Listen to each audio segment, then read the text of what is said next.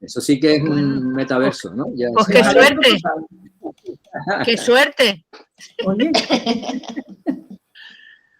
Bueno, pues No, la pues, sesión de hoy es la sesión número 163 de este grupo de investigación y de no sé cuántas cosas más. Y hoy, dentro del ciclo de las conversaciones que habíamos programado para este año sobre igualdad, género y justicia social, pues tenemos con nosotros a Juana María Sancho Gil.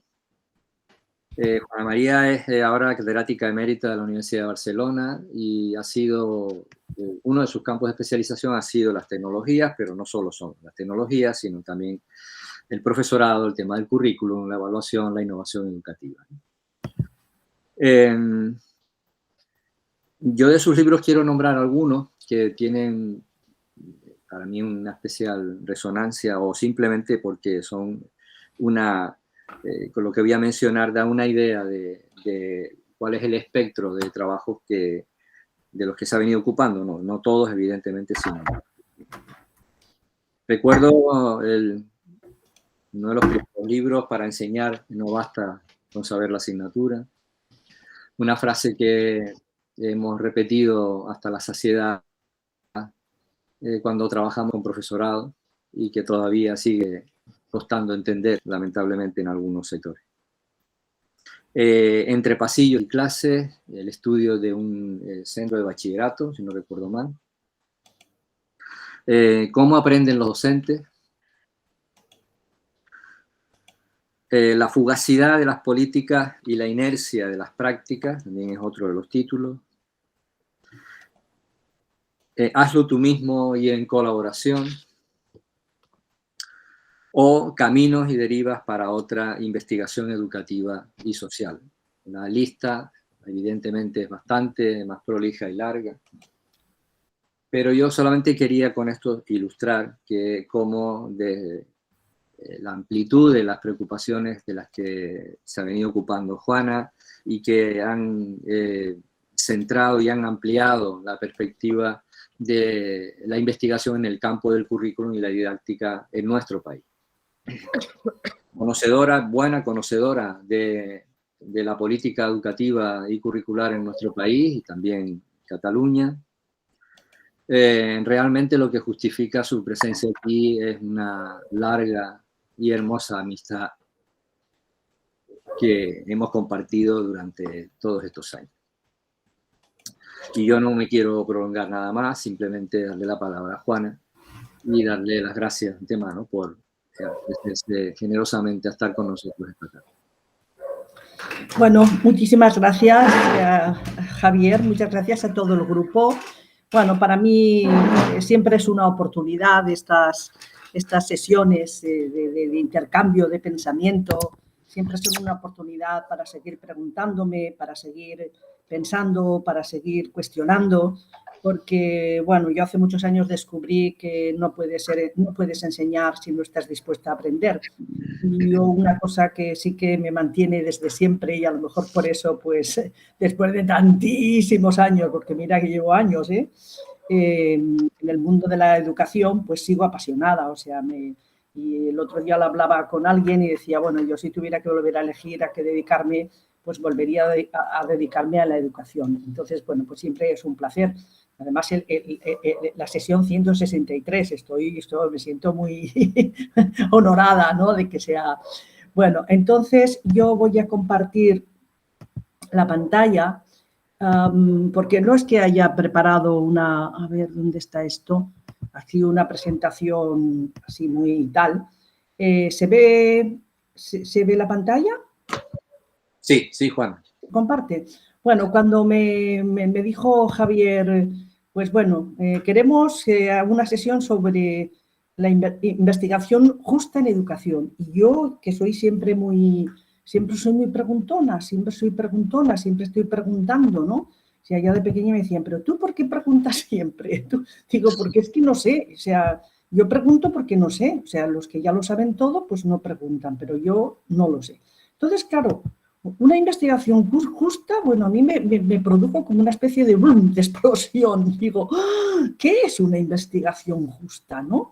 Porque, claro, claro, y esto me interpela y bueno, pues me gusta que me interpele, ¿no? Porque, claro, nosotros habíamos hablado de investigación positivista, cualitativa, poscualitativa, interpeladora, extractiva, etcétera, etcétera, pero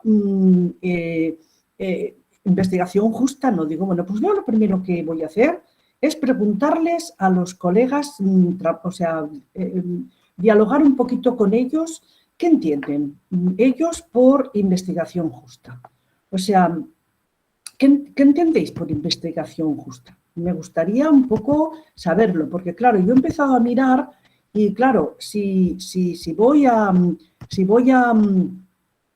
he buscado, a mí me gustan mucho los diccionarios, desde pequeña yo ya utilizaba continuamente los diccionarios y busco justa no viene justa, sí, viene justa. Cuando hablan de justa se refieren a una pelea o combate singular. Bueno, también la investigación también puede ser una pelea o un combate singular, sobre todo cuando haces una investigación otra, que no es la que todo el mundo dice que es investigación, pues puede ser una pelea enorme, ¿no? Aquí dice un torneo en el que se acredita la destreza en el manejo de las armas. Bueno, yo diría aquí la destreza en el manejo de los conceptos intelectuales y de pues, los métodos de investigación. También dice una justa competición o certamen en un ramo del saber. Bueno, también cuando presentas una investigación a una convocatoria pública no deja de ser una competición.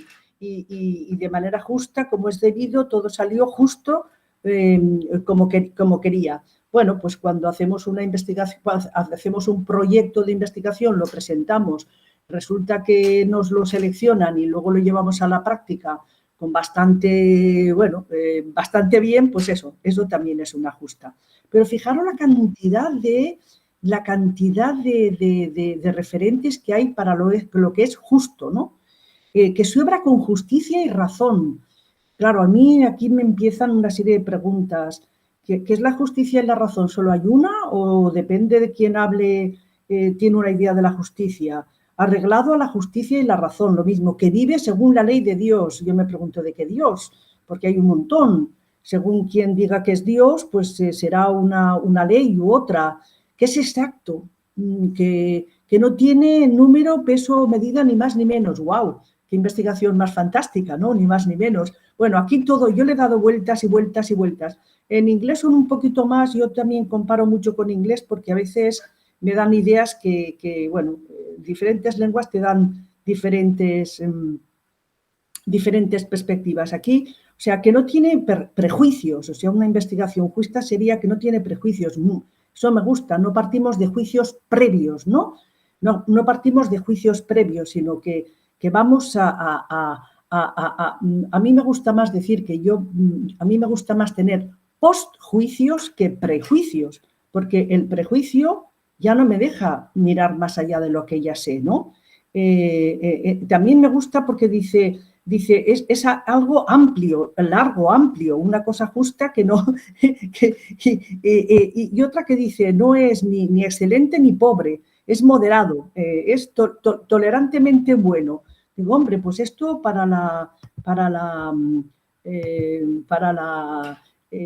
un poco para la humildad del investigador es muy importante. O sea, que yo diría que para mí, de entrada a una investigación justa, a lo mejor tendría que ser todo eso, ¿no? Pero me gustaría un poco, si os parece, rápidamente, como no somos muchos, si me podríais compartir una frase o dos de lo que a vosotros y vosotras os resuena cuando hablamos de una investigación justa. Solo una frasecita o dos. Vale. Venga, ¿quién va el primero o la primera? Bueno, yo me atrevo a decir algo, pero no porque tenga una idea original, sino porque en este grupo, de alguna manera, en su momento hemos hablado sobre la teoría de la justicia y hemos hablado de John Rawls y hemos hablado de la justicia y su contrario, la injusticia. Y a partir de la injusticia hemos entendido que investigar o que trabajar o que hacer ver o descubrir o visibilizar todas aquellas desigualdades sociales vinculadas que pueden tener remedio o pueden ser atemperadas por la educación nos interesan, ¿no? Y ahí juega un elemento importante la igualdad de oportunidades en el campo de la injusticia, ¿no? Para solventarla, para reducirla, para limitarla. Entonces, por ahí hemos trabajado en el grupo, ¿no? En esa línea, ¿no? Denunciar aquellos elementos de desigualdad, de segregación educativa, de inequidad educativa, etc., ¿no? Hasta ahí. Sí, para mí tiene sentido, o sea, basado en evidencias, desvelar una investigación que desvele las desigualdades, las injusticias, para mí tiene sentido. ¿Alguien más quiere compartir? Sí, a ver, yo creo que también partiendo del supuesto de que es un tópico pues relativamente novedoso, pensado desde la perspectiva de la investigación también para nosotros, ¿no?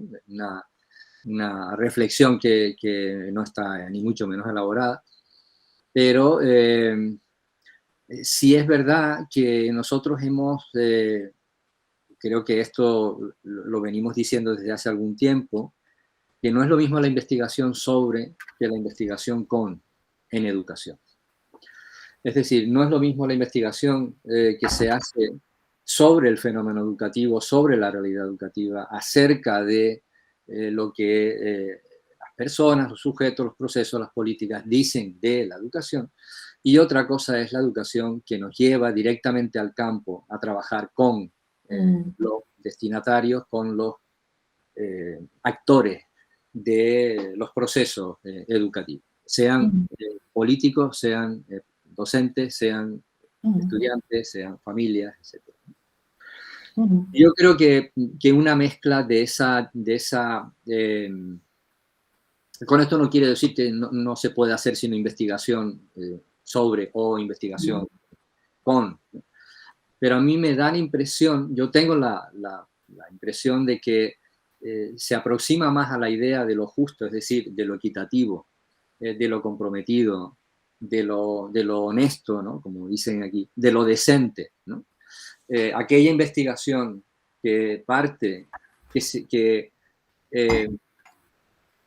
toma las perspectivas de los actores sociales de primera mano como primer elemento dinámico y de análisis, que aquella otra que simplemente, no tan simplemente, que se sitúa dentro de la perspectiva de reflexionar sobre lo que otros hacen, dicen o piensan.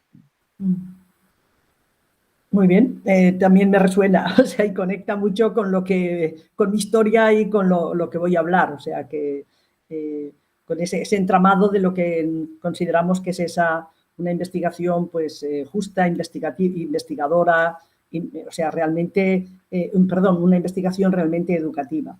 ¿Hay alguien más que quiere compartir?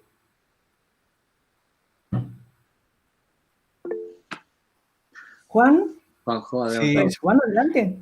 Pues bueno, un poco en la línea de lo que comentaban Manuel y Javier, yo creo que la verdad es que no he pensado mucho sobre el tema de justicia en investigación. He pensado sobre la justicia en educación, pero no tanto en la investigación y lo que puede ser una investigación justa, ¿no? Pero por mimetismo, es decir, voy a intentar trasladar algunas ideas que gravitan en mi cabeza en torno a la educación al tema de la investigación, ¿no?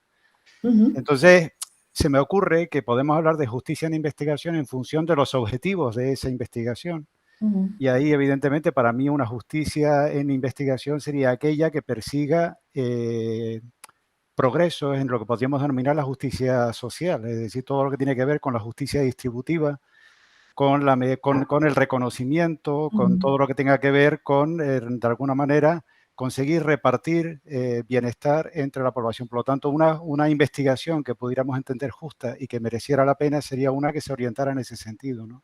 Y luego ya, siguiendo con Aristóteles y con la otra diferencia, digamos, el otro tipo de justicia que él plantea, que es la conmutativa, se me ocurre también que una investigación justa sería aquella en la que la relación entre investigador e investigado, aquello que se investiga, se realiza en un plano de igualdad, de intercambio justo. Es decir, no esa investigación digamos, planteada desde la dominancia de quien está en posesión de una atalaya académica y que llega a un campo, lo investiga en función de intereses académicos que a veces no están ni siquiera cercanos a los de aquellas personas sobre las cuales se está investigando. Estoy hablando de educación, evidentemente.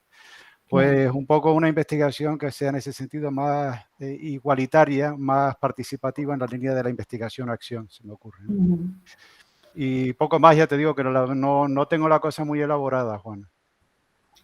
Bueno, pues yo la verdad os agradezco estas intervenciones. Qué pena que no estemos face to face. Yo soy muy corpórea. Alicia quería decir algo, me parece. Ay, perdona, di. No, es que tardé en levantar la mano. Vale. Yo por poner otra cara del poliedro, y cuando te metes en un aula a hacer una investigación en cualquier asignatura, en cualquier temática, es también mirar a todos los alumnos, ¿no? Muchas veces leemos resultados de investigaciones, de dificultades de los chicos en tal cuestión, pero es que todos esos chicos no son iguales, ¿no? Y la mayoría de las investigaciones meten toda la clase en el mismo saco, ¿no? Y todos sabemos que en una clase hay muchas cosas que mirar. No quiere decir que, entiéndanme que yo a lo mejor yo lo estoy viendo desde la didáctica de la matemática, ¿no? Pero que no quiere decir que no haya trabajos de género, pero mayoritaria, o de, yo qué sé, o de problemas sociales o de discapacidad, sí que los hay, pero que la mayoría pues analizan la globalidad de la clase, ¿no? Entonces yo creo que una investigación justa debería también tener esa mirada, ¿no? Bueno, pues a mí lo que me gusta, bueno, me siento que tengo una conexión con vosotros, con las personas que habéis hablado, y me imagino pues que otras del grupo también,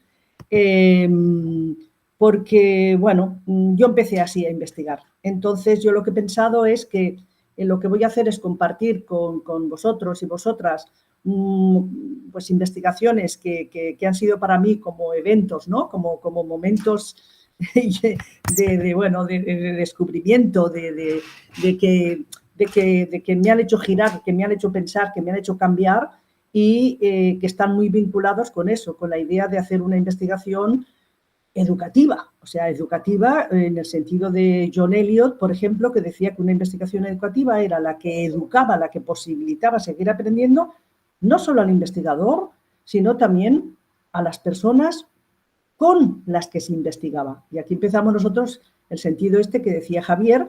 Nosotros hace muchos años que no investigamos sobre, yo creo que nunca hemos investigado sobre, sino que hemos investigado con. Incluso cuando en una investigación hemos visto conveniente pues pasar un cuestionario, lo hemos hecho de una forma totalmente diferente a cómo se suelen diseñar y analizar los cuestionarios. Me gustaría empezar con una investigación. Yo empecé mi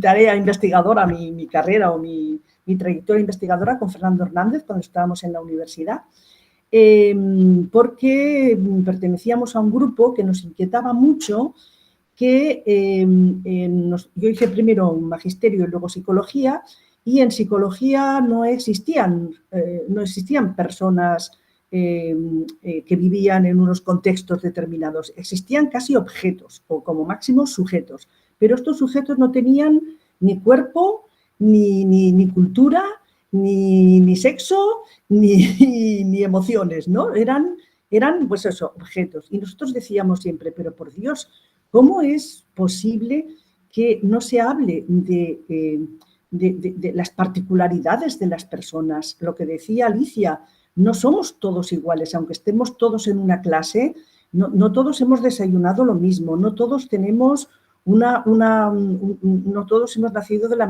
misma manera, tenemos el mismo tipo de casa, tenemos el mismo tipo de acceso a una serie de cosas. ¿Cómo es posible que digamos, pues si en una... había un chiste que contábamos, decíamos, a ver, pasas una encuesta, ¿no? Pasas un cuestionario y entonces si resulta que aunque una persona se haya comido un pollo y la otra no se haya comido ninguno, si tú pasas un cuestionario, en realidad se han comido medio pollo cada uno. Y eso no es cierto. O sea, eso no es cierto. Los números no dan una dimensión de lo que realmente es la experiencia de las personas. Muchos, esto lo hicimos a principios de los años, finales de los años 70, esto de interacción ambiental en el parvulario, y muchos años más tarde conocimos a Elliot Eisner y él decía que se pase una encuesta sobre las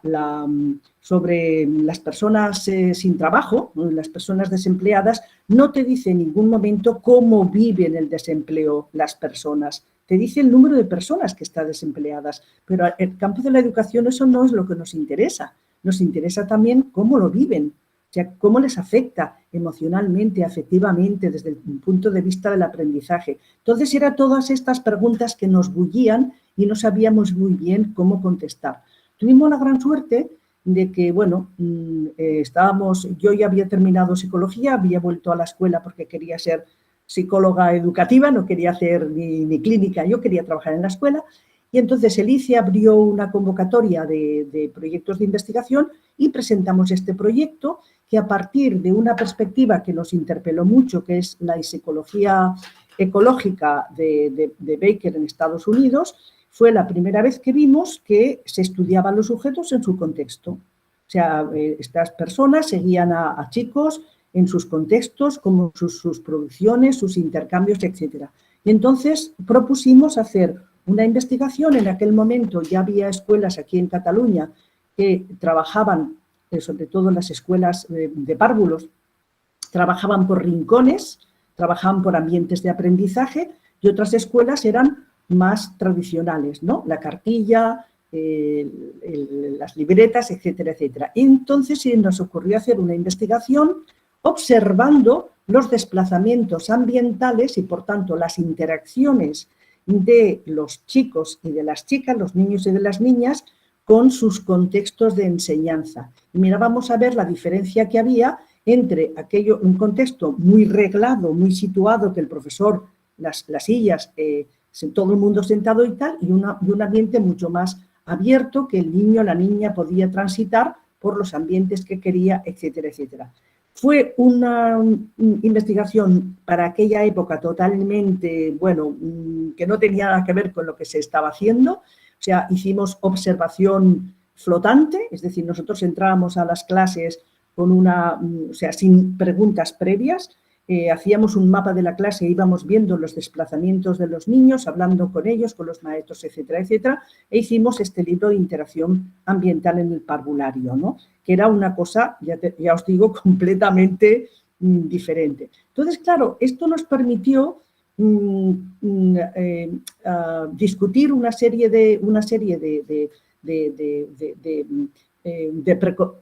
preconcepciones que, por ejemplo, los profesores que trabajaban por ambientes decían que los niños se movían más por las clases y tal. Y descubrimos que no siempre, porque a veces los chavales se quedaban más quietos en un sitio. O sea, nos dio para discutir toda una serie de cosas muy, muy, muy importantes que hasta entonces no se estaban discutiendo. Pero fue una aventura, o sea, una aventura que nos llevó realmente a meternos con cuerpo y alma y corazón dentro de la investigación. No hicimos un cuestionario en nuestro despacho y luego lo fuimos a llevar.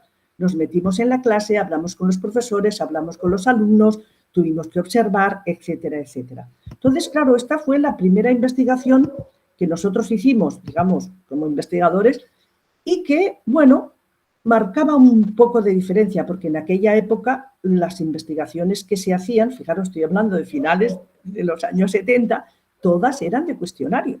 Nosotros hemos hecho, por ejemplo, en un libro del que luego hablaré un poco de caminos y derivas para una investigación otra, hacemos una reconstrucción de la historia de la investigación educativa en España y las primeras investigaciones todas eran de cuestionario. En este intervalo yo me voy a Inglaterra a estudiar un máster porque, bueno, perdón, me fui como assistant teacher, porque yo estaba trabajando en la escuela y llegó un momento que me daba la impresión de que no estaba aprendiendo, que yo no estaba aprendiendo, que llegaba, que había como una especie de límite, ¿no? Y entonces dije, yo me tengo que ir al extranjero. Además, también pensé, yo estaba estudiando alemán e inglés, y yo también pensé que tenía que avanzar en el tema de los idiomas. Entonces, pedimos para irnos como assistant teachers a Inglaterra, y yo, a mí se me ocurrió, a Fernando pidió una beca predoctoral y se la dieron y volvió, y a mí se me ocurrió hacer un máster. Y ahí descubrimos un campo del que habíamos oído hablar muy poco, que es el campo de la etnografía. Y para nosotros fue wow.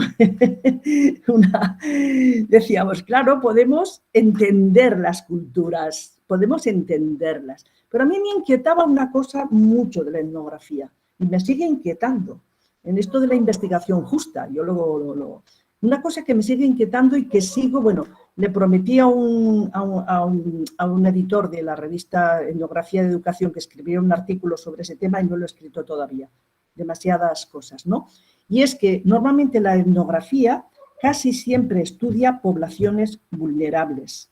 Es muy difícil que hagamos un estudio etnográfico, por ejemplo, sobre la cultura del poder. La cultura, una investigación que he visto que se acercaba un poco a eso fue una colega griega que hizo un estudio casi etnográfico sobre las decisiones que se toman en la OCDE con los estudios de PISA. Pero en general, todas las investigaciones etnográficas o la mayoría son sobre personas más o menos, entre comillas, subordinadas. Entonces, claro, aquí viene un tema muy ético y que tiene que ver con el tema este de la investigación justa, ¿no?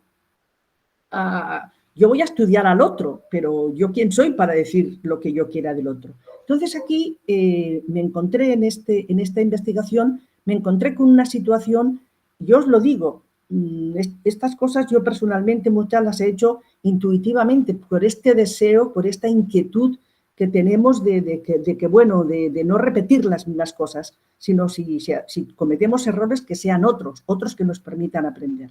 Yo empecé a trabajar, cuando volví de Inglaterra, me pidieron que crease la primera unidad de orientación en un instituto de secundaria. Esto no existía, la verdad que era un instituto público. La dirección, junto con la asociación de padres, tenían muy claro que sus hijos necesitaban orientación educativa para tema de ayudarles a organizarse en los estudios, era un instituto de una ciudad cerca de Barcelona, la primera población que muchos de ellos eran los primeros que iban a la escuela secundaria, no tenían idea de todo el mundo profesional, no conocían en sus familias profesiones que no fueran manuales. Entonces, claro, necesitaban información, ¿no? Entonces me pidieron que organizase ese servicio de orientación. En aquel momento, como no había, el departamento de enseñanza los dejó organizar. Yo iba a ir 10 horas a la semana, me pagaban los padres, ¿no? Entonces pedí, como yo había estudiado, me fascinó mucho una obra de Stephen Ball que se llama Beachside Comprehensive, un estudio de casos sobre una escuela comprehensive. Ya sabéis que en Inglaterra en los años 70 se pasó de las escuelas segregadas, o sea, un poco como aquí, hay gente que iba al bachillerato y la gente que no, y se pasó a las escuelas comprehensive, que no son comprensivas, sino integradas, a las escuelas integradas. Entonces Stephen Ball hizo este estudio sobre la Beachside Comprehensive, y a mí me fascinó, y yo un poco pues seguí esta vía, ¿no? Y también tuve una pequeña ayuda del Instituto de Ciencias de la Educación de la Universidad de Barcelona, pero aquí, sin yo darme cuenta, adopté, lo puedo decir años más tarde, adopté un posicionamiento que ya era investigar con, no solo sobre, porque yo discutía, hablaba no solo con los profesores, sino también con los propios estudiantes sobre cómo ellos veían las problemáticas del centro. Y, por otra parte, investigar con y por otra parte una investigación que tiene, al investigar que tiene en cuenta cómo las propias personas que están metidas en el fenómeno visualizan los problemas. Es lo que años más tarde, en el 2014, hay un libro de Melanie Nine que se llama ay, madre mía, Inclusive Research, o sea, investigación inclusiva, que es aquella investigación que a la hora de definir el problema de investigación, ya a la hora de definir el problema de investigación, se tiene en cuenta la mirada de los participantes en la investigación, de los que forman parte del fenómeno investigado. Entonces aquí me encontré con una situación que fue muy curiosa, porque los profesores y la dirección querían que yo pasase un cuestionario a los estudiantes del centro, porque ellos tenían toda una serie de hipótesis y querían ver si las comprobaban o no. Por ejemplo, que los chicos y las chicas no estudiaban, y como no estudiaban, pues entonces no aprendían y tal y cual. Entonces, bueno, pues estuvimos hablando, discutiendo mucho, y al final hice un cuestionario, diseñé un cuestionario que lo diseñé con los profesores, con los estudiantes, evidentemente también con otros cuestionarios basados en otras investigaciones, y a la hora de después discutir y valorar las respuestas del cuestionario, también introduje una modificación importante. Por ejemplo, los profesores decían porque los alumnos decían que estudiaban 2 y 3 horas al día, y los profesores decían que no, que eso era mentira. Digo, bueno, vamos a ver, voy a reunir a los estudiantes y vamos a ver qué es lo que pasa. Entonces, claro, no es que fuera mentira. Lo que pasa es que allí empezamos a descubrir qué entendían ellos por estudiar 2 o 3 horas diarias. Estudiar 2 o 3 horas diarias significaba que ellos, esas 2 o 3 horas, se dedicaban a pasar apuntes, a copiar los apuntes si no habían ido a clase y a hacer los ejercicios. Realmente lo que era el estudio, o sea, de libro o de tal, era el día antes del examen. Entonces, claro, eso nos sirvió para introducir con los estudiantes trabajar con ellos pues formas de organizarse para estudiar. Otra cosa que también fue importante es que había un porcentaje muy pequeño de estudiantes que decía que tomaba algún tipo de estupefacientes. Y entonces el estadístico dijo que esto era estadísticamente despreciable. Y yo le dije, mira, en un instituto, solo que aunque haya una persona que tome algún tipo de droga, esto no es despreciable. Tiene que haber una actitud educativa. Entonces, claro, aquí una cosa que empezamos a ver que no es el método en sí lo que es importante. Tú puedes utilizar un cuestionario.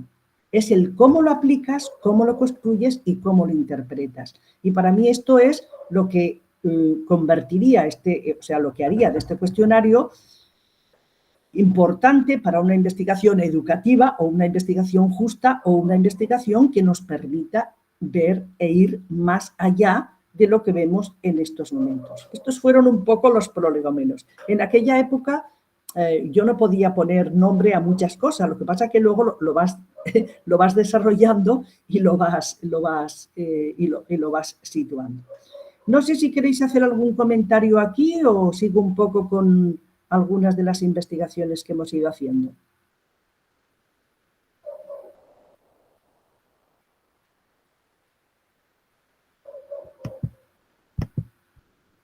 Seguimos, ¿no? Bueno, pues seguimos. Bueno, a partir de aquí, una cosa que siempre ha guiado mi investigación en particular, y yo hablo mucho en plural porque las investigaciones, quitando la tesis, todas las haces en grupo. Yo individualmente solo he hecho 2 investigaciones. He hecho, bueno, la del máster en Inglaterra, que fue una investigación sobre lenguas en contacto, luego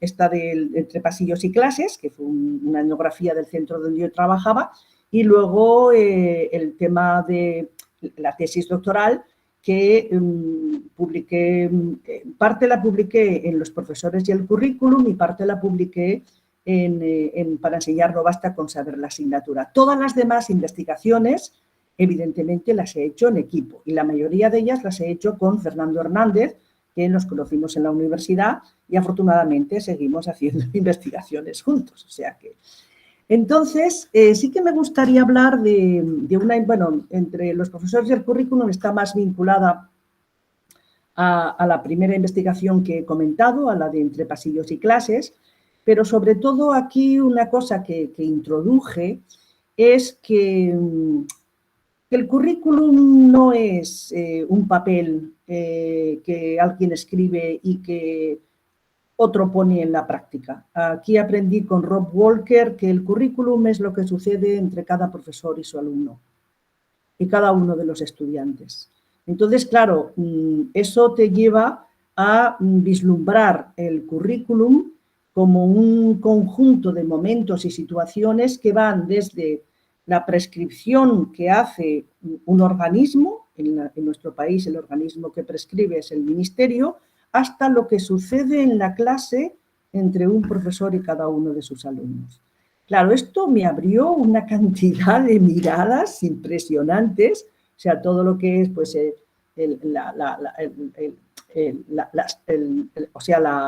la cantidad de sistemas que están interconectados en el campo de la educación y que muchas veces miramos solamente una cosa, como decía Alicia, miramos una cosa y pensamos que se da en todo igual. Y no, para nada.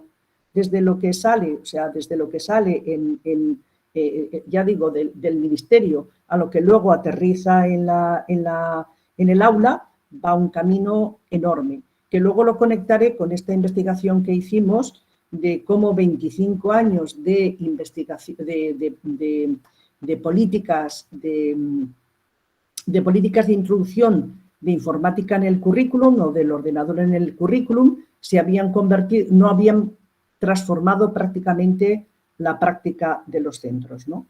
Pero ahora quiero hablar un poco de esta investigación aprendiendo de las innovaciones en los centros.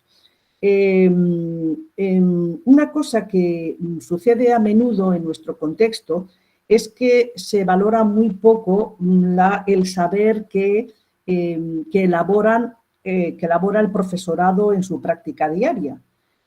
Tanto el saber de los profesores de primaria y secundaria como el nuestro propio.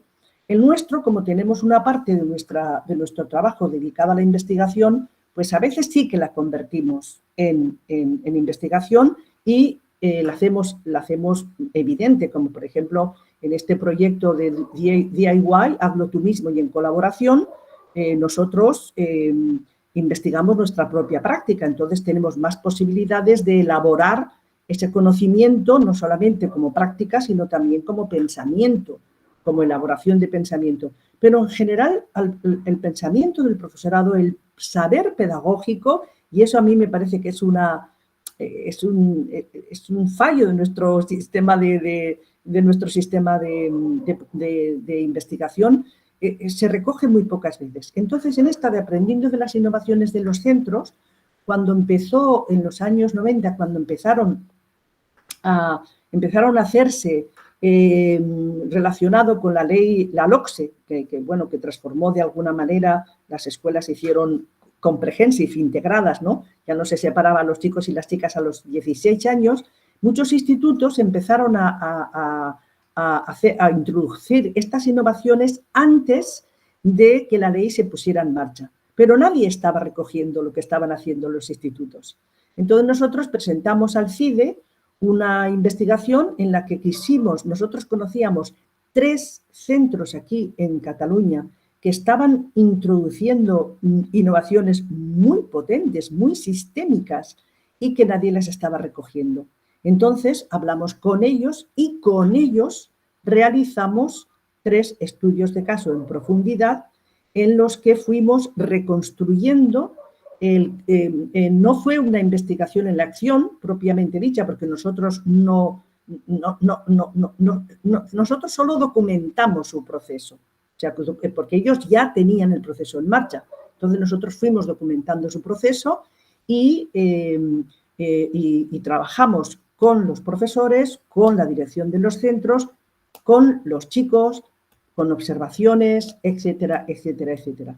Para nosotros fue de una enorme riqueza y espero que para otros investigadores y sobre todo formadores también lo fue, porque claro, muchas veces pensamos que el profesor pues solo aplica y no. O sea, los profesores en sus centros o sea, desarrollan conocimiento pedagógico, un conocimiento que normalmente no tenemos en cuenta.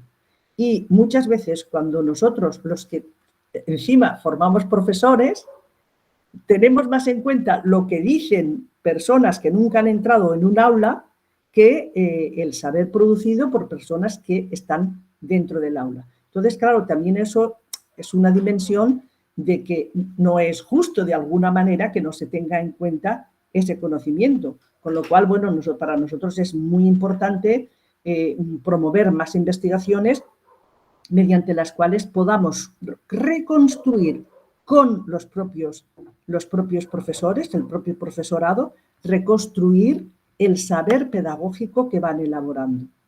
Y que es muy fuerte, por ejemplo, nosotros aprendimos muchísimo, evidentemente, por ejemplo, en estas investigaciones una cosa que aparece claramente es la distancia que hay, o sea, en los centros educativos que tienen una cierta autonomía, tú puedes organizar un desarrollo del currículum de una determinada manera. Pero luego, por ejemplo, cuando llega la selectividad, las personas que deciden las pruebas de selectividad no tienen para nada en cuenta los procesos de enseñanza que han seguido las diferentes personas.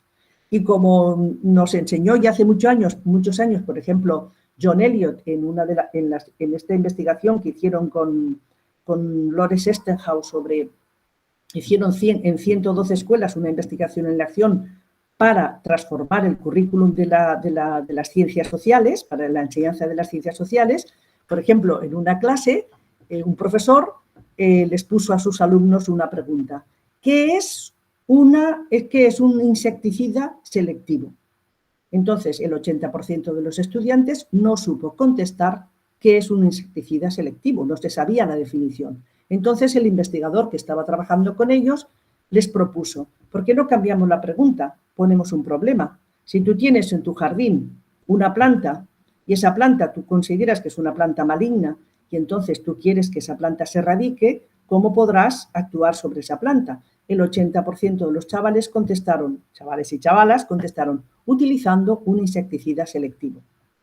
Entonces, claro, ellos se dieron cuenta de que una cosa es trabajar la definición y otra cosa es tener la comprensión del conocimiento relativo a un problema. Esto también conecta con todo el trabajo que hizo Basil Bernstein en los años 60-70 sobre los diferentes códigos.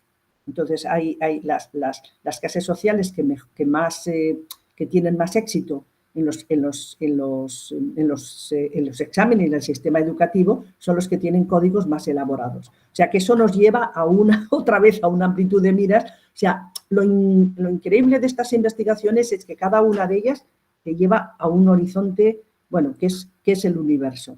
Y que, claro, te das cuenta que si no tienes mínimamente una comprensión compleja de los fenómenos, entras en un reduccionismo ontológico, estás estudiando otra cosa, ¿no? Estás estudiando otra cosa, no estás estudiando lo que dices estudiar. Bueno, muy rápidamente, porque el tiempo pasa más rápido de lo que parece, quería hablaros de estas dos investigaciones. ¿Se ve? Ahora no se ve nada. ¿Se ha ido? Sí se ve, sí se ve. Ah, vale, bueno. En estas dos investigaciones, pues yo no sé por qué yo no lo veo. A ver, las he elegido porque cuando pensamos en nuevos proyectos de investigación, siempre intentamos de alguna manera conectar con las problemáticas, con los problemas, con lo que con lo que les increpa al profesorado, o sea, que no sea solo lo que nos increpa a nosotros. Entonces, en un momento dado, nos dimos cuenta, a través, bueno, como nosotros todas las investigaciones las vamos conectando, nos dimos cuenta que muchos profesores que habían comenzado con la Ley General de Educación a trabajar, que bueno, pues tenían todavía una serie de años por delante y tal, ¿no? Incluso algunos con la LOCSE y tal, pues habían vivido una cantidad de transformaciones culturales, científicas, etcétera, etcétera, y también se estaban transformando el sentido de las profesiones. Entonces dijimos, bueno, vamos a explorar cómo el profesorado universitario se ha ido dialogando con los cambios sociales, económicos, tecnológicos, etcétera, y cómo esto ha influido en su manera de ser profesor y en su subjetividad docente. Entonces propusimos un I+D, en el que hicimos 10 historias de vida profesional con otros tantos profesores de primaria y de secundaria, para ir trabajando con ellos, cómo ellos se habían ido transformando y constituyendo. Y sobre todo lo que nos interesó mucho es ver el papel de la formación, en su proceso de constitución de la subjetividad docente. También fue claro, lo haces con ellos. De hecho, este libro, el de Con Voz Propia, que se puede bajar, si entráis en nuestra página web, se puede bajar tranquilamente. Les propusimos a los profesores que podían firmar con nosotros si querían sus historias de vida profesional. Nosotros no hicimos historias de vida. Nosotros hicimos historias de vida profesional. Ahora, muchos de ellos sí que introducían cuestiones muy personales que para ellos les habían influido. Por ejemplo, una cosa que en esta investigación y sobre todo en otra que hicimos sobre, digamos, una pregunta parecida pero en la universidad, para el tema del género salió en primera fila. O sea, las mujeres, pues tenemos toda una serie de circunstancias sociales específicas que sí que tienen un impacto en nuestra forma de ser profesionales de la educación. Entonces, claro, otra vez es una investigación o sea, escribimos juntos esa investigación, porque son ellos los que te comparten su tiempo, te comparten su experiencia, te comparten sus reflexiones, te lo dan todo. Entonces nosotros lo que hacemos es contribuir a documentar todo eso, a rescatar lo valioso que es su conocimiento y a ver cómo los tránsitos que han llevado. Esto nos sirve mucho después para la hora de la formación del profesorado, porque claro, la formación del profesorado para mí no es solo enseñar modelos didácticos o no es solo enseñar psicología infantil, sino que es un conocimiento corpóreo en el que tú, como individuo que te estás transformando, estás educando, estás acompañando a personas que se están transformando en un mundo en transformación, en el que cada vez más hay unas demandas, etcétera, etcétera, etcétera. Entonces, otra vez, fue una investigación en la que intentábamos aprender con y de el profesorado y, sobre todo, elaborar ese conocimiento pedagógico que es el que posibilita que podamos contribuir a una mejor formación del profesorado. Del siguiente que quisiera hablar es de la fugacidad de las políticas, la inercia de las prácticas. Yo en el año 82, cuando volví de Inglaterra, me invitaron a participar en el primer programa de informática educativa. Y entonces, pues nos dimos cuenta de que llevábamos no sé cuantísimos años en Cataluña y en las demás partes de España periódicamente saliendo políticas de compra de ordenadores, de poner wifis en las escuelas, de no sé cuánto, de no sé qué, de no sé qué, y resulta que, como decía una persona que coincidí en una reunión de un congreso, pues los profesores invierten mucho tiempo en aprender los nuevos gadgets, ¿no? Ahí, mientras dejan de utilizarlo en otros, se dan cuenta que aquello no responde a las necesidades que ellos tienen y llega un momento que, bueno, que la escuela se queda más pobre porque ha invertido mucho dinero en eso, se queda más ignorante porque no ha desarrollado su conocimiento en otros temas y con más basura porque tiene muchos ordenadores que tiene que tirar. Entonces se nos ocurrió hacer un análisis de los 25 años de políticas educativas sobre la introducción de la informática a los ordenadores en el currículum de las escuelas primarias y secundarias catalanas, pero luego hicimos 6 estudios de caso en 6 centros, 3 de primaria y 3 de secundaria, para ver cómo estas políticas habían transformado su manera de enseñar y de aprender, tanto como profesores como con los alumnos. Hicimos entrevistas a los policymakers, a los responsables de las políticas, hicimos el estudio de caso muy pormenorizado en los centros y trabajamos con ellos. A algunos de ellos, de los centros, les sirvió para resituar y reformular su manera de trabajar con los ordenadores y muchos de ellos reconocieron, porque claro, nosotros hacíamos un análisis de las propuestas curriculares, las directrices curriculares y luego lo que pasaba en el centro.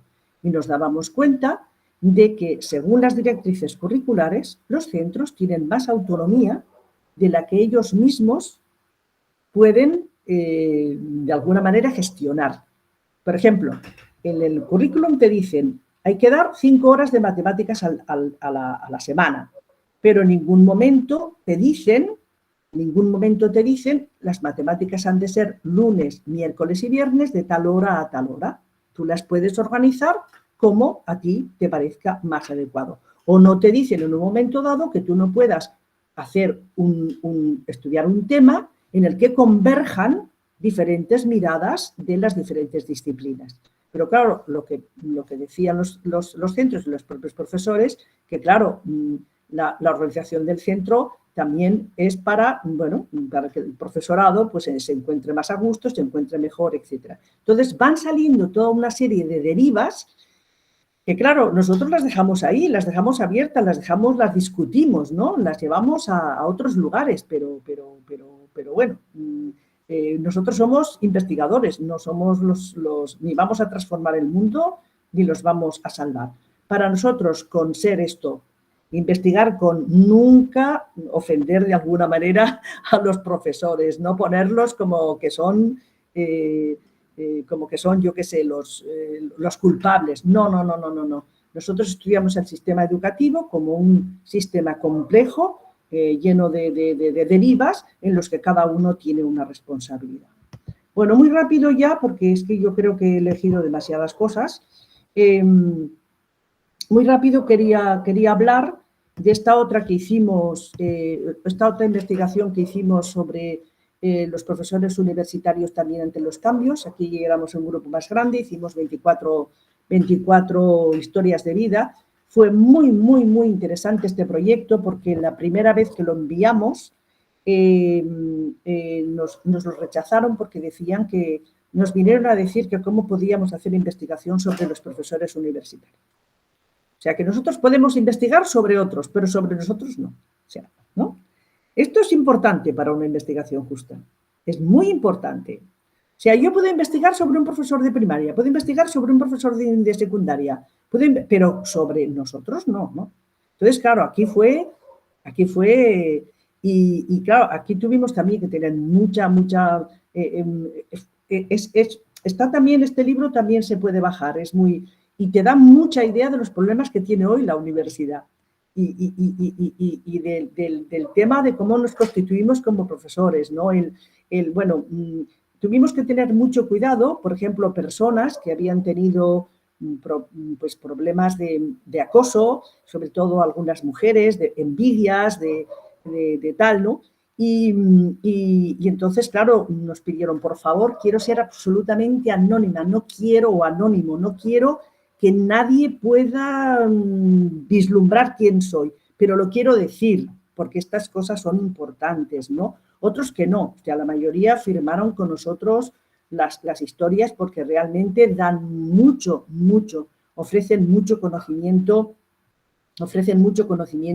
de cómo es la vida en la universidad, de cómo nos constituimos como profesores, de cómo tenemos que ir, para muchos profesores, el paso de una universidad elitista, o sea, donde iban muy pocas personas, a una universidad pues, donde van casi el 40% de las personas, etcétera, etcétera, ¿no? Entonces, claro, estas investigaciones ofrecen pues, una experiencia viva, una experiencia encarnada, una experiencia en que las personas se pueden sentir reconocidas, ¿no?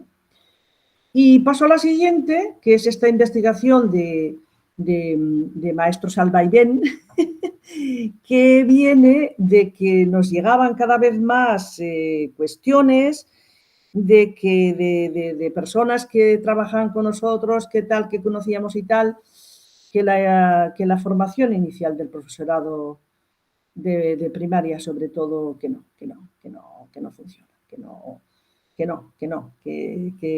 no aprenden que no se aprende a ser profesor en la formación.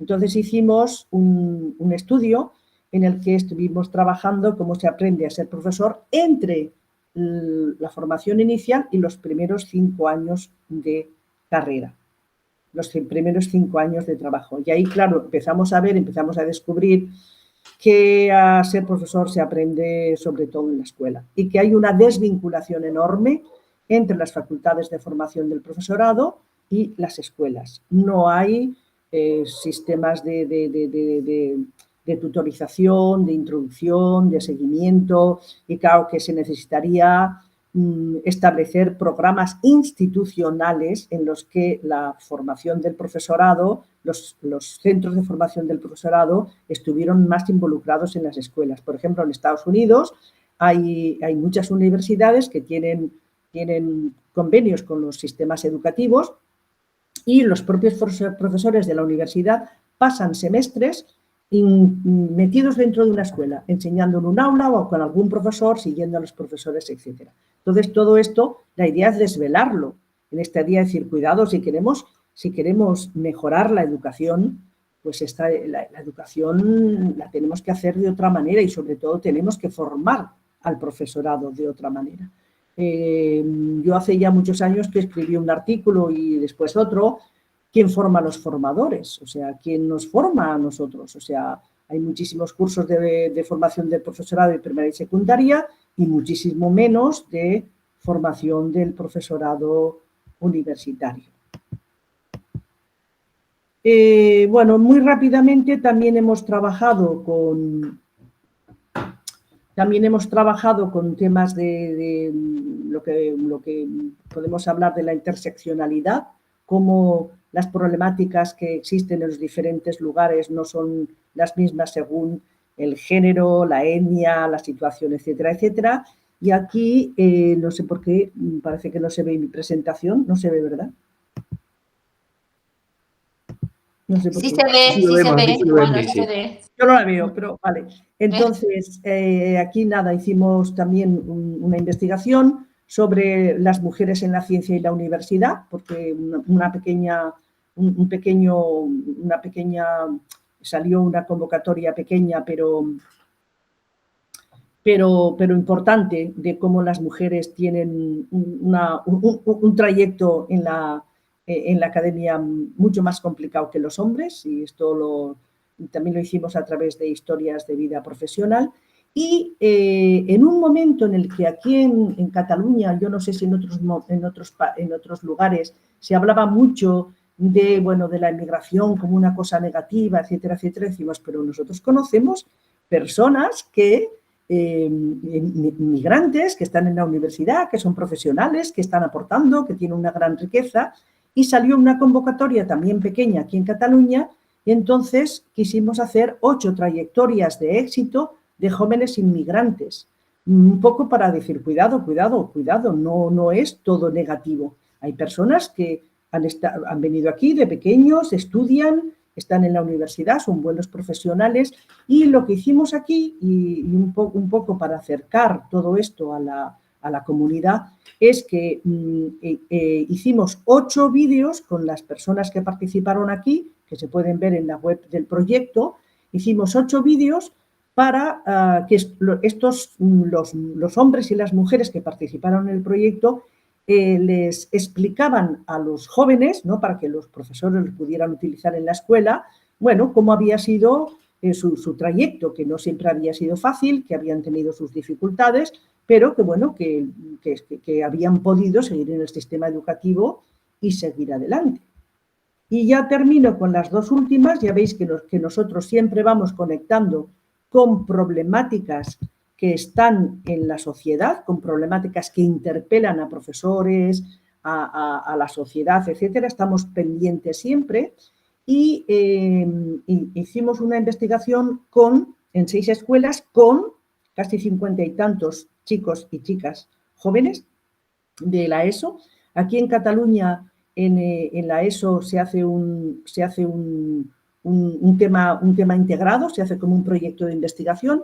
Entonces les propusimos a 6 escuelas que les propusieran a un mínimo de 6 chicos y chicas por centro, que hicieran con nosotros una investigación etnográfica sobre cómo ellos aprenden dentro y fuera de la escuela teniendo en cuenta las tecnologías digitales. O sea, al revés, en este caso nosotros decimos, bueno, vosotros vais a investigar con nosotros, ¿no? Fue una experiencia muy rica en estas 6 escuelas y esta frase que nosotros ponemos en el libro fue porque al final nosotros siempre intentamos, en cada investigación la terminamos con unas jornadas en la universidad y en estas asistieron todos los chicos y chicas que participaron en la investigación, sus padres, sus profesores, estaba la sala de actos de Bellas Artes llena y una de las chicas al final, porque todas las escuelas menos una que era concertada, era pública, y una de las chicas dijo, y luego dicen que la escuela pública no funciona. O sea, estando todo lo que había, porque presentaron su investigación, presentaron sus conclusiones, o sea, como nosotros hacemos en unas jornadas, ¿no? Entonces, bueno, este es el libro que sacamos de ahí. Y para terminar, el año pasado acabamos una investigación sobre cómo aprende el profesorado hoy. También la idea de decir, bueno, ¿cómo aprenden los chicos y las chicas dentro y fuera de la universidad? ¿Cómo aprende el profesorado? Hicimos toda una serie de trayectorias de aprendizaje y aquí introdujimos el tema de los métodos visuales, sobre todo a través de las cartografías.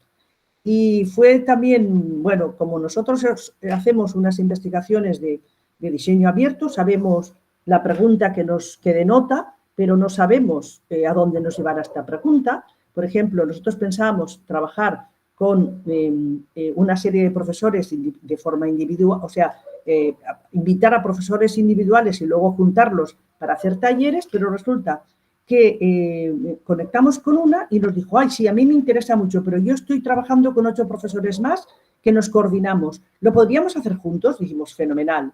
En otra escuela nos pasó lo mismo con 9 y en otra lo mismo con 11.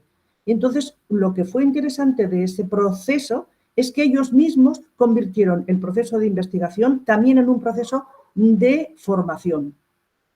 Entonces, bueno, fue todo este proceso. Entonces, claro, una cosa que te das cuenta es que los ecosistemas en los que aprenden los profesores en estos momentos son muy variados y que la formación, tanto inicial como permanente, tiene un papel muy, muy, muy pequeño. Y finalmente, para no cansaros más, porque ya estoy hablando demasiado, pues quería compartir esta obra que hemos publicado hace poco a partir de la red Reunid, en la que estamos 11 grupos de investigación de 11 universidades y que lo que hemos intentado con este libro es acercar un poco a los investigadores del campo de la educación, es acercarlos a las miradas emergentes que hay en este momento en el campo de la investigación, desde los nuevos materialismos y empirismos, la etnografía visual, la investigación basada en el diseño, etcétera, etcétera. Esto, bueno, siempre con la idea de seguir aprendiendo, seguir preguntándonos, intentar que cada vez que nuestra investigación esté más conectada con los problemas reales de la educación y sobre todo con la idea de poder promover una educación, pues eso, más justa, más igualitaria, mejor para todos y bueno, en la medida de nuestras posibilidades. Sabemos que no podemos cambiar las cosas, pero por lo menos sí que podemos cambiar nuestra forma de acercarnos a la realidad y a las realidades que vivimos. Y con esto os agradezco muchísimo, muchísimo vuestra atención. Me parece que tenía una final para daros las gracias. Agradezco muchísimo vuestra atención y sobre todo la oportunidad de, bueno, de recuperar con vosotros todas mis pasiones, que es la investigación y la educación. Muchísimas gracias y ahora estaría encantada de, bueno, de si me queréis comentar alguna cosita, estaría encantada. Muchísimas gracias a ti, Juana, por esta excursión. Sí, ha sido una excursión.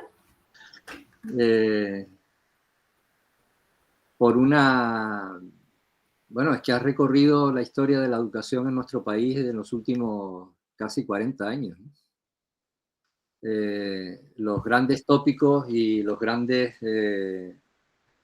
preocupaciones, ¿no? que se han ido poniendo de manifiesto en los intereses. Lo que pasa es que a mí me da, y esto es discutible, pero me da la impresión de que tu trayectoria, como la de Fernando y el grupo Esbrina, es una trayectoria que no se ha alineado con los supuestos, con las formalizaciones que se han ido haciendo de todos y cada uno de estos tópicos. Tú hablas de profesorado y hablas del saber de los profesores, pero no se refieren en ningún momento a ninguna de las categorías sobre el conocimiento docente, sobre el conocimiento práctico. Están metidas dentro de eso, pero no es eso lo que les preocupa. Les preocupa el problema real, la mirada sobre los problemas reales de la gente, y no sobre las clasificaciones académicas, científicas o de los investigadores e investigadoras que podemos hacer o que se han ido haciendo en este recorrido. Y a mí me parece que eso marca una trayectoria original y desde luego muy potente desde el punto de vista de la construcción de conocimiento. Tú no lo has dicho, pero a mí me parece que el trabajo que ustedes han venido desarrollando es un trabajo que contribuye a la creación de un conocimiento pedagógico nuevo desde la propia práctica. Y eso es difícil de encontrar, o raro de encontrar, en una buena parte de la investigación que estamos haciendo en esto que llamamos el campo de la educación. Y sobre todo, yo creo que una característica, un rasgo que tú sí has sabido señalar muy bien y que yo creo que atraviesa como un alfiler como un hilo invisible todas las investigaciones que han venido haciendo, es justamente la de entender la investigación no desde o sobre las personas. Yo creo que si hay un equipo de investigación en este país que ha sabido hacer eso, es justamente el equipo de ustedes. En ese sentido me parece una lección fantástica, la que han dejado y la que nos han dado a muchos. Así que yo preguntas, en fin, no sé. Había alguien que había levantado la mano, me parece. Sí, Marilu, sí. Gracias, Juana. Hola a todos. Definitivamente, Ana, estoy en el teléfono porque la conexión con el ordenador no me funciona. Juana, tú planteabas al principio la pregunta de qué entendemos por investigación justa. Yo, cuando lo decías antes, pensé una investigación que parta del respeto. Respeto hacia todos los estudiantes, respeto hacia todos los docentes. Y yo creo que el recorrido que nos has hecho efectivamente lo que demuestra es un enorme respeto por todo el alumnado, por todos los docentes. Y a mí me ha parecido, como dice Javier, un recorrido, pensar cuando estaba trabajando, pues en este momento pasaba esto, pues en este momento el ALOCSE, los centros, es verdad que se llamaban experimentales, se ponía primero en práctica, pero ciertamente lo que tú nos has contado tiene mucho que ver con lo que decía Javier, no es lo mismo sobre la educación o desde la educación que efectivamente centrarte de verdad en lo que realmente ocurre entre docentes, entre estudiantes y docentes. Y a mí me llamaba mucho la atención cuando planteabas lo de el abismo que hay entre la formación inicial o permanente y luego lo que ocurre en el aula y cómo quien sale de esa formación hasta que no han pasado 4 o 5 años ya trabajando en el aula no tiene un conocimiento realmente potente como docente. Yo te preguntaría, ¿cómo se resuelve eso? Es que, ¿cuál crees que es la vía? ¿Cómo se aborda ese enorme y eterno problema? Porque seguimos en las mismas, como tú nos contabas.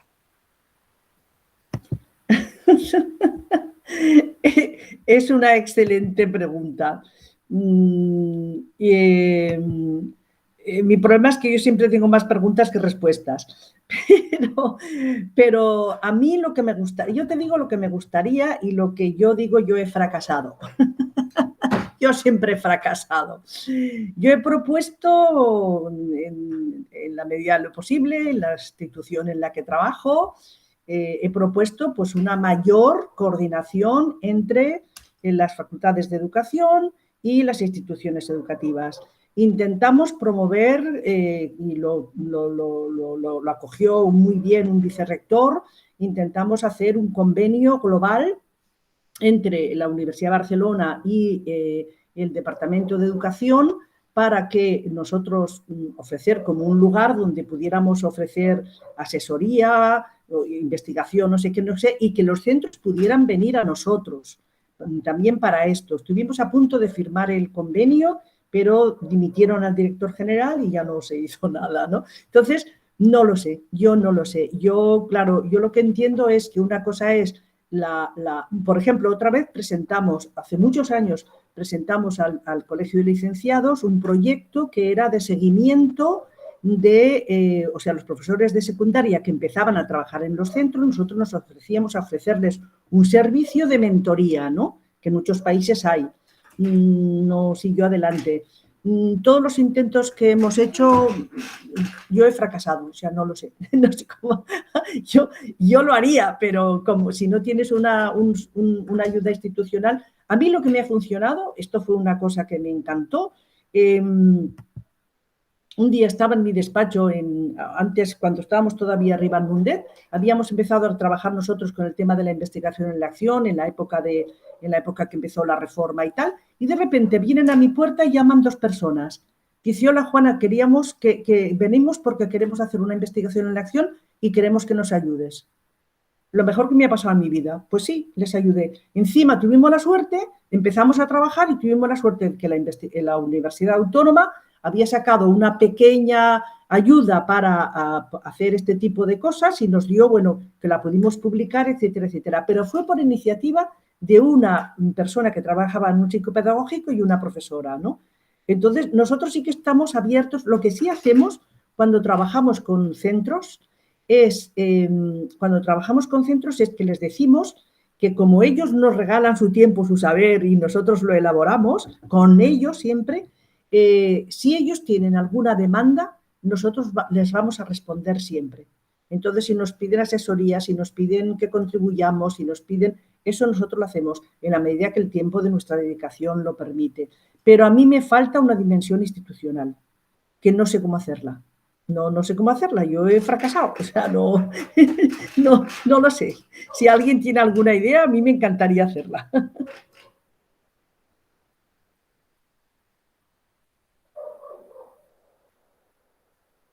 Creo que Alicia había levantado la mano, ¿no? Sí, bueno, estoy impresionada por la cantidad de, de información, de libros. He ido anotando. Es que soy muy mayor, hace mucho que trabajo, ¿eh? Pues siguiendo, mi pregunta iba en la misma línea que Marilu, porque en uno de los libros que comentaste, pinché, que dijiste, este está disponible sobre trayectorias docentes. Al abrirlo, pues las casualidades de la vida, me sale Fidela Velázquez, ¿no? La trayectoria de Fidela Velázquez. Y Bueno, una maravilla. sí, perdone que personalice, ¿no? Pero No, tiene es que de ver con público. esta desvinculación que hay entre la universidad, ¿no? De los que estamos en la universidad y la práctica de aula. Cuando yo empecé a dar clases, bueno, pues no tenía casi formación y en didáctica de la matemática me preparé la clase al 100%, trabajé mucho, pero en ese curso invité a Fidela a dar una charla a los estudiantes.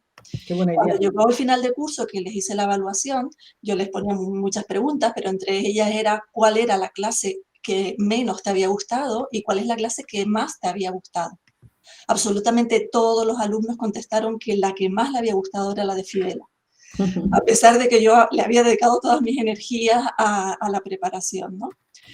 Y ahí es donde yo dije, ¿y qué puedo hacer, ¿no? En esta línea que están diciendo. La universidad está muy encorsetada, muy rígida para que nosotros los profesores universitarios podamos tener toda esa experiencia de aula que tiene un profesor de secundaria, ¿no?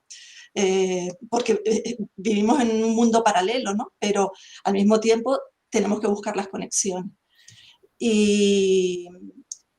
Y bueno, pues era más una reflexión, más que una pregunta, ¿no? Es la necesidad de que la universidad en este aspecto tiene que cambiar su estructura para poder conectar lo que se da en las facultades, no, en los grados de maestros, en los grados de infantil, y que los chicos lo sientan que les estamos dando información útil, ¿no? Nos falta formación a nosotros y falta esa conexión que el practicum no está dando ahora mismo, ¿no? Porque parece como mundos diferentes.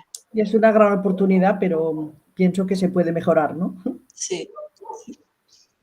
Eso, pues nada, esa era la reflexión y simplemente la anécdota, porque como que a veces se cruzan las cosas, ¿no? Como, Fue un placer trabajar con Fidela, me gustaría verla.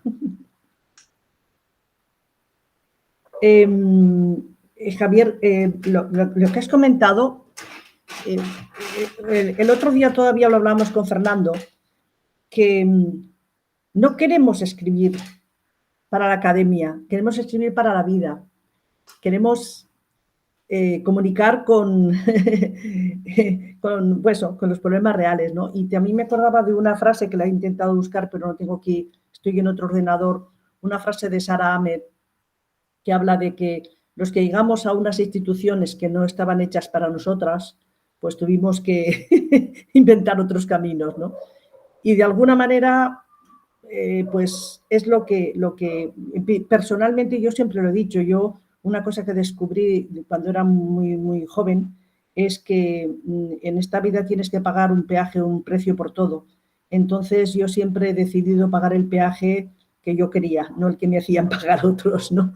Porque todo tiene sus pros y sus contras, todo tiene sus riesgos, ¿no? O sea, y claro, entonces es... pero a mí lo que me ha llevado siempre es las preguntas que me hago, lo que me fijo, busco. Y ahora, por ejemplo, no lo he comentado, estamos en el segundo año de una investigación que estamos... cada día nos preocupa más a los profesores universitarios cómo aprenden los jóvenes hoy, porque no aprenden igual que nosotros, no se sitúan delante del conocimiento y del saber y de las tecnologías igual.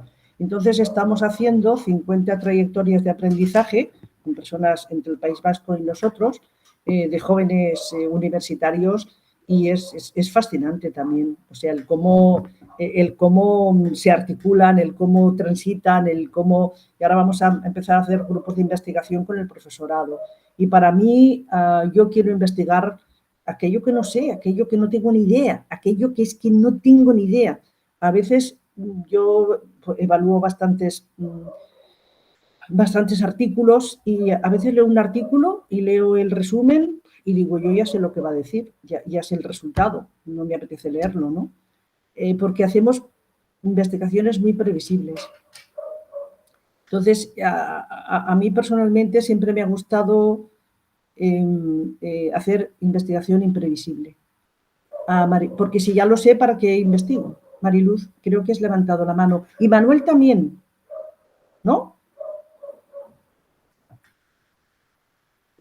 Es Manolo, yo ya intervine antes, gracias. Vale, pues Manolo. Sí, bueno, muchas gracias por tu intervención, por tu brillante intervención, fantástico. Un placer escucharte. Yo sé que no tienes sino incertidumbres, dices, ¿no? Que no tienes más que nada tienes preguntas, pero yo me veo obligado a preguntarte porque primero, porque tienes un trabajo ahí como aprenden los docentes, ¿no? Y estamos en el pleno debate de las 24 propuestas del Ministerio para la formación docente, ¿no? Y claro, estamos en un momento crucial, dicen, ¿no? Porque parece que esto va en serio. Entonces, ¿qué le recomendarías al Ministerio en esta materia? Porque hay una propuesta, por ejemplo, muy llamativa y de interés que es indiscutible, ¿no? Que es la de elegir los mejores expedientes, ¿no? Una de las primeras propuestas es que acudan a hacer una propuesta selectiva, ¿no? De una especie de selectividad exclusiva, una especie de otra selectividad específica para la gente que va a entrar en el campo de la educación, ¿no? ¿Qué piensas? ¿Qué debe hacer el Ministerio? Yo lo primero que le diría al Ministerio del profesorado, que estudie, que no lo saben todo. Lo primero que les diría a la gente del Ministerio que estudie los problemas y los temas actuales, que no lo saben todo, que se pasen unos días en los centros, sobre todo en los más... Yo les daría un tour por todos los centros, ¿no? Esto lo primero. Y luego, claro, dice, los mejores. ¿Qué entiendes por los mejores? ¿Los que han sabido contestar mejor a lo que le piden sus profesores? ¿Los que han copiado mejor en los exámenes? ¿Qué entiendes por los mejores? Yo, por ejemplo, si quieren hacer una selección, muy bien, diría, vamos, haría como un gran campus. Nosotros hicimos este proyecto europeo DIY, Do It Yourself, Together, o sea, hazlo tú mismo. Nuestra universidad, yo lo propuse, pero nada, no me hizo caso nadie. Sin embargo, la Universidad de Oulu, que es la universidad una de las universidades con las que trabajábamos, a partir de ahí, no sé si lo continúan hoy o no, aquel año hicieron, cuando terminamos el proyecto, cuando entraban los estudiantes el primer año, los juntaban a todos. Es una universidad relativamente pequeña, pero eso se puede hacer con una facultad. Los juntaban a todos y les hacían resolver un problema en colaboración. Yo haría eso. A ver, vamos a ver, juntamos a toda la gente que quiere entrar y buscamos un problema real, actual, etcétera, etcétera, y les vamos a dar un día que trabajen todos en colaboración y que nos vengan con cómo resolverían ese problema. O sea, yo los exámenes de papel y lápiz, a mí no me parece nunca que hayan podido calibrar. Lo único que calibran es lo que tú eres capaz de responder en aquel momento. Hace muchos años, trabajando con gente de la UPC de aquí de Barcelona, yo les decía, un trabajo, un examen de papel y lápiz que puede ser copiado, merece ser copiado. Tú no le puedes hacer preguntas que ya estén contestadas. Y en una entrevista que me hicieron en Argentina, yo decía, ahora yo añadiría, si lo puede contestar Google, que lo conteste Google. Y entonces el cámara me hacía así con la cabeza y cuando terminó viene y me dice, me ha parecido estupendo lo que ha dicho, porque mi hija los deberes los contesta todos con Google. Cuando le ponen deberes, los contesta Google. O sea, hemos de cambiar la mentalidad.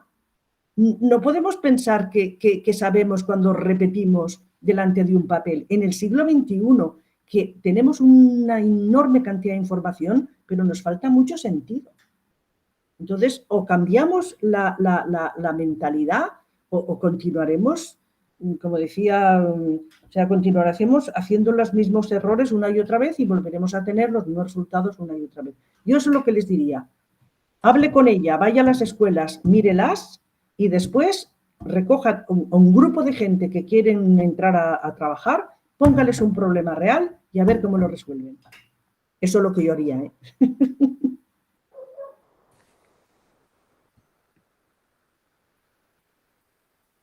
Gracias. Bueno, ¿ha valido la pena? ¿Sí? Decidme mucho. Decidme una cosa que os ha hecho pensar que no lo habíais pensado antes. A mí especialmente lo que has dicho al final. No quiero investigar sobre lo académico, quiero investigar sobre la vida, ¿no? Sobre la realidad, ¿no? Algo así, ¿no? Esa expresión de lo vivo, ¿no? Que coincide básicamente con aquello de estamos hartos ya de hacer, ¿no? Investigación para lo que reclama la academia y no estamos hablando de los problemas reales de la gente, etcétera, ¿no? Me pareció relevante, me hace pensar mucho, ¿no? Y comparto contigo y me encanta lo de cuestionártelo todo, que todo salga porque realmente te genera pasión hacer lo que estás investigando. Alicia, creo que también ha levantado la mano. Sí, a mí me llama la atención la cantidad de trabajos que tienes sobre trayectorias docentes, ¿no? Desde distintas perspectivas. Me resulta curioso. Los leeré a ver qué las metodologías de investigación implica hacer un trabajo de ese tipo. A mí me ha gustado lo de diseño abierto. A mí lo de la investigación imprevisible. Vale, a mí de la investigación imprevisible. Me encanta. Me encanta. Si ya lo sabes todo, ¿para qué quieres preguntarte nada, no? Oye, muchísimas gracias. Mira, me ha gustado mucho veros. Me hubiera gustado mucho veros más en vivo y en directo. Pero gracias, Javier, y gracias a todos. No, gracias a ti de nuevo y esperemos que cuando pase esta tormenta podamos retomar nuestro contacto personal y directo. Siempre. Un gran abrazo para todos. Igualmente, gracias. Igual. Chao. Venga, un besito. Chao. Oye, pásame la grabación, Javier. Sí, en cuanto ahora mismo ya apago, dejo de grabar. Un abrazo grande. Hasta luego. Gracias. Hasta luego.